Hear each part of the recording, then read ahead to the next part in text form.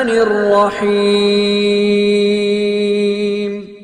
دوستو، خانہ کعبہ مسلمانوں کے لیے مقدس اور ایک مرکزی حیثیت رکھتا ہے۔ اس جگہ روزانہ ہزاروں کی تعداد میں لوگ طواف کرتے ہیں، جبکہ کروڑوں لوگ اس جانب رک کر کے نماز پڑھتے ہیں۔ 2030 میں خانہ کعبہ اس طرح کا ہوگا، یہاں پر 50 لاکھ لوگ نماز پڑھ سکیں گے۔ اس وقت بھی 1 لاکھ لوگوں کے لیے خانہ کعبہ کا طواف کرنے کی جگہ موجود ہے۔ اس سے پہلے خانہ کعبہ کس طرح کا تھا؟ کون سی ایسی جگہ ہے جہاں دعا کی جائے تو انسان کی دعا رد نہیں ہوتی؟ آج کی ویڈیو میں ہم خانہ کعبہ کے 15 ایسے سیکرٹ کے بارے میں بات کریں گے جن کا ہر مسلمان کے لیے جاننا ضروری ہے۔ اللہ تعالیٰ نے سب سے پہلے آسمان اور زمین کو بنایا، پھر فرشتوں کو پیدا کیا۔ آسمان پر ایک کعبہ ہے، یہ پہلا کعبہ تھا جس کا ذکر اللہ تعالیٰ نے قرآن میں کیا۔ یہ فرشتوں کا وہ کعبہ ہے جس میں ہر روز 70,000 فرشتے عبادت اور طواف کے لیے آتے ہیں۔ ایک دفعہ طواف کے بعد ان کو قیامت تک دوبارہ موقع نہیں ملے گا۔ اسے بیت المعمور کہتے ہیں۔ بیت المعمور کے نیچے بیت اللہ ہے۔ جب آپ صلی اللہ علیہ وسلم معراج پر تشریف لے گئے تو آپ صلی اللہ علیہ وسلم نے دیکھا حضرت ابراہیم علیہ السلام بیت المعمور کی دیوار سے ٹیک لگا کر بیٹھے ہیں۔ خانہ کعبہ کو سب سے پہلے فرشتوں نے ٹھیک بیت المعمور کے سامنے زمین پر بنایا۔ اس کے بعد حضرت آدم علیہ السلام نے اس کی تعمیر کی۔ پھر آدم علیہ السلام کے بیٹے شیش علیہ السلام نے اس عمارت کو بنایا۔ اس کے بعد ابراہیم علیہ السلام اور ان کے بیٹے اسماعیل علیہ السلام نے اس مقدس مقام کو تعمیر کیا۔ اس کے بعد بنو جہرم نے اس کی تعمیر کی۔ پھر کچھ عرصہ کے بعد قوم عمالقہ نے اس کی عمارت بنائی۔ اس کے بعد قریش کے قصہ بن کلاب نے تعمیر کی۔ پھر حضور اکرم صلی اللہ علیہ وسلم نے قریش مکہ کے ساتھ مل کر اس کی تعمیر کی۔ پھر عبداللہ بن زبیر نے اپنے دور خلافت میں نبی اکرم صلی اللہ علیہ وسلم کے تجویز کردہ نقشے کے مطابق تعمیر کی۔ خانہ کعبہ کے بارے اللہ تعالیٰ کا ارشاد ہے، بے شک سب سے پہلا گھر جو لوگوں کے لیے عبادت گاہ بنایا گیا وہ گھر مکہ میں ہے۔ طوفان نوح کے وقت بیت اللہ کی مٹی اس طرح کی تھی، بیت اللہ مٹی کے اندر بہہ گیا۔